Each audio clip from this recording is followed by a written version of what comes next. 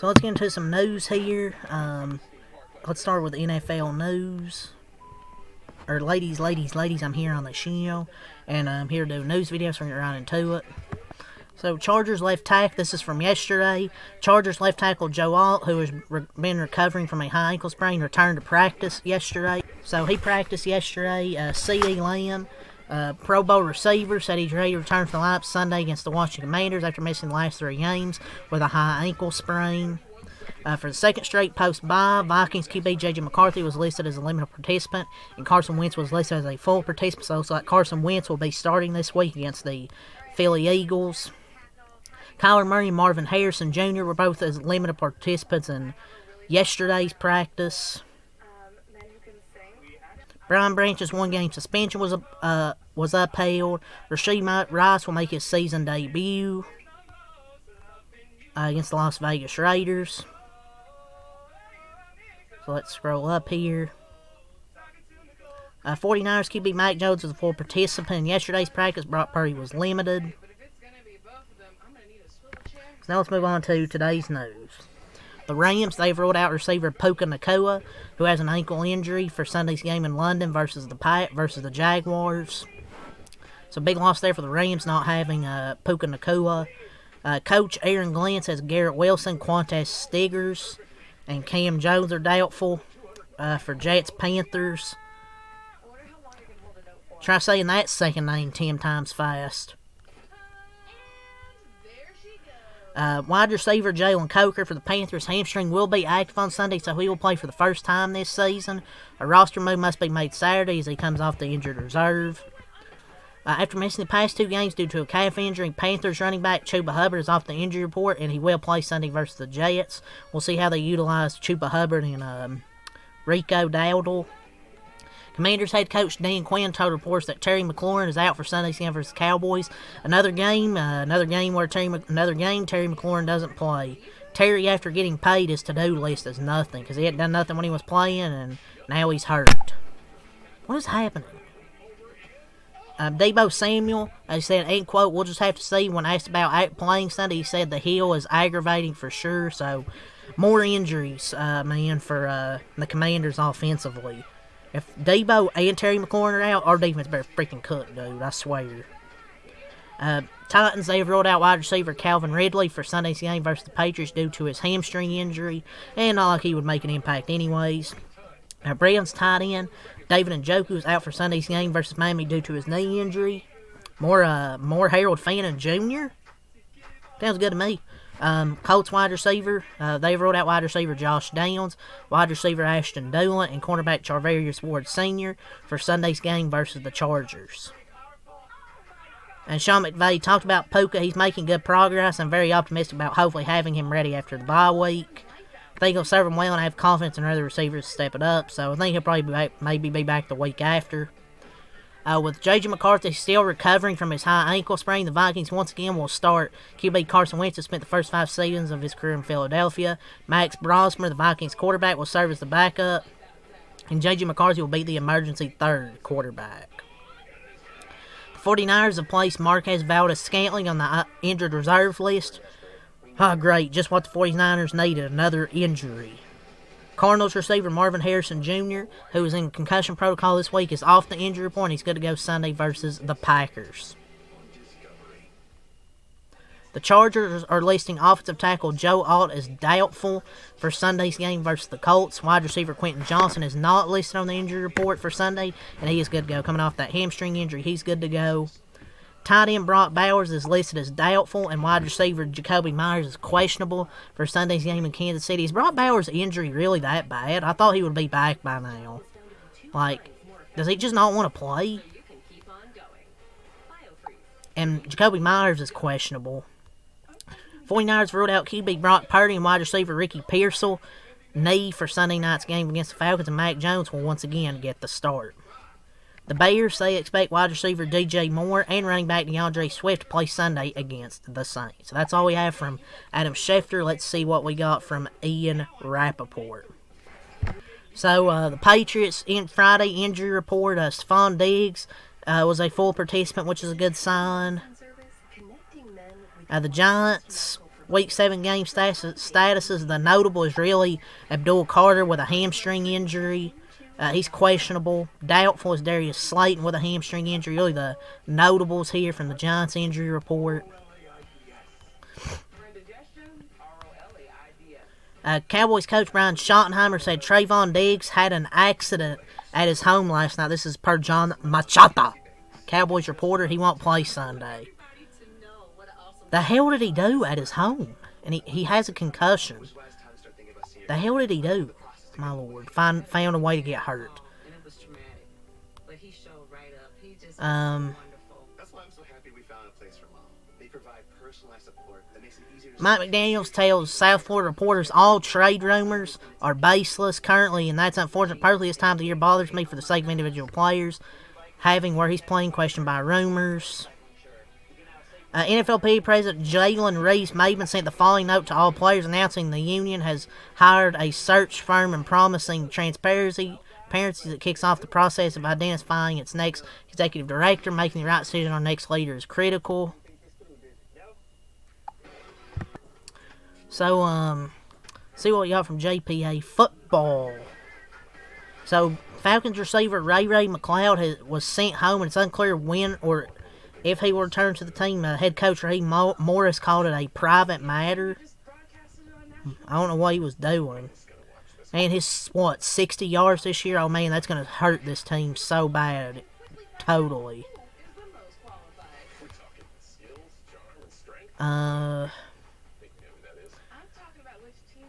Nick Benito said in a now-deleted tweet the Giants have a delusional fan base. I've never seen such a delusional fan base. I'm pretty sure they play this week. Commanders offensive coordinator Cliff Kingsbury says he remains confident in Ja'Cory Cross merit despite fumbling issues that have occurred the last few weeks. The Seahawks could have interest in Dolphins running back Devin Achane. Per Tony Pond, the Eagles, Colts, Cowboys, and 49ers all have trade interest in Bengals pass rusher Trey Hendrickson. Cincinnati has yet to show a true willingness to part ways with him. Caden Stearns, former NFL safety, announced his retirement. You guys have a good retirement. I don't really know who this is, but have a good retirement. So let's talk about wrestling news here. So, the idea of John Cena winning the Intercontinental Championship from Dominic and it being in play for Cena's final match against Gunther has reportedly been discussed. I mean, I guess Grand Slam Cena.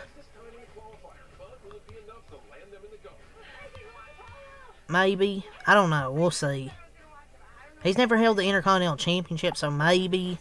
They're definitely going to have this match, John Cena and Dominic. We'll see. I don't know who his final match will be. I don't know if it's going to be Gunther. We'll see. There are reportedly some within WWE who believe the company ushering in AI for storytelling is a sign, and quote, the boom is over and the AI will take people's jobs. What's the point of going to a show that's AI generated, man? The boom ended a month ago. It's been a really not great product all year.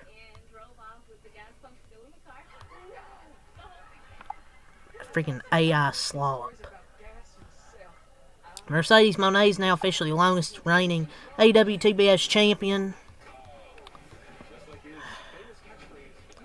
I mean, I love her, but my God, 10 belts. Yeah, pretty much most of those belts won't mean shit.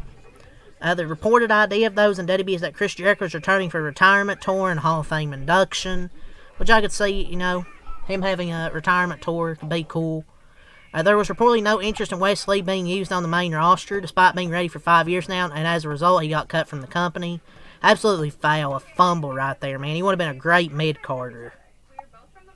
Triple H has never beaten the allegations, man. Call-ups from NXT to SmackDown are reportedly expected to take place sooner rather than later. This is to fill some gaps left by recent injuries and help freshen up the product. Hopefully we get some call-ups soon. Just to, freshen up the show. Oba Femi, some other guys, man. So, WWE has reportedly hired a new senior director of creative strategy, Cyrus Moo, focused on AI-based storytelling and integration.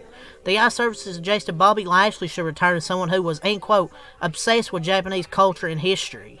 He was introduced to the creative staff by Paul Triple H Levesque. Levesque said that Calsari would lead WWE's transition to AI-based storytelling and integrate AI into creative services like videos and graphics. He said this shift is inevitable when it comes to the creative in pro wrestling. This might be the worst thing I've ever read. So far, the AI software has come up with one person with knowledge of the situation called absurdly bad storylines. This might be the worst thing I've ever read. And people are like, oh, thank God AEW exists. Oh, yes, as if AEW's any better. That's like comparing, in sports terms, that's like comparing the Dolphins to the Rockies. They both suck. There's other wrestling promotions. Both these promotions aren't really any good. This might be the worst thing I've ever read, dude. AI. I hope this is another Meltzer rage bait, because I hope this isn't fucking true, man. If this is AI, if this is actually true, my lord, WWE's so cooked. So Nick Collins says he believes fans will travel to Saudi for Mania in 2027. The holdup with Andrade right now is that reportedly due to new TKO contracts that have a clause where if you are fired or cause or breach, there's a 1-year non-compete. The older contracts were said to have this, but now it's standard. So, yeah, you saw the news on Andrade. I'm not going to report on it because it's too long to read. I need to get through this video. Jacob Fatu is reportedly said to be dealing with a non-wrestling related injury that's expected to keep him out of action for an extended period of time, with it possibly being well into 2026. So yeah, that sucks, man. And Samoa Joe most likely will retire if his current contract with AEW expires. But yeah, it sucks Jacob Fatu's hurt, man. See what guess we're gonna do Cody and Drew McIntyre feud now, from what I reviewed with SmackDown. But yeah, that's the NFL and wrestling news. So it's about NASCAR news. The Xfinity Tech inspection Hill. Kyle Sagan Gase cars failed twice. Had a crew member ejected and lost pit selection for next week. Oh no, anyways. Let's go over the schedule for tomorrow. Whenever I find it here. Or I guess today. Okay, so Saturday, 11:30 on CW app. Xfinity qualifying. 1:30 True TV Cup qualifying. 3:30 pre-race on the CW and 4:10 Xfinity race. Sunday on NBC, 1:30 pre-race, 2:28 Cup race. It's going to be in the 60% chance of rain in the morning, then 15% chance then sunset is at 7:06 Eastern. Kyle Busch will have a new crew chief. Xfinity Champion crew chief is going to guide Kyle Busch in 2026. His crew chief for 2026 is Jim Pullman, who's currently Justin Allgaier's crew chief. Colleague announces Brendan Queen will drive a truck full-time for Ram next season. And there's more stuff with 2311 in front row, but I'm not going to go over. It's too much, I don't feel like it. Colleague fired Ty Dillon Spotter. They got to Talladega, parked the bus, he got fired. And it's kind of messed up, I'm not going to lie. For NBA news, AJ Green and the Bucks agreed to a 4-year, $45 million extension. Bucks guard Jay Ivey underwent an arthroscopic procedure to relieve right knee discomfort and be reevaluated in 4 weeks. Paul George is expected to miss a Sixers opener versus the Celtics, so that's on his status. For the start of the season, he at least will be out for the opener. The Celtics signed Ron Harper Jr., the Hornets waived Spencer Dinwiddie's. The Bucks also waived forward Chris Livingston. Keegan Murray got a 5-year, $140 million rookie contract extension with the franchise. They re-signed him. Malcolm Brogdon has decided to retire from basketball. Russell Westbrook, 9-time NBA All-Star, agreed to a deal with the Sacramento Kings. So there's some news there with the NBA, but that's it. So leave a like and subscribe for more. And take some Michael Light. Peace. Have a good night.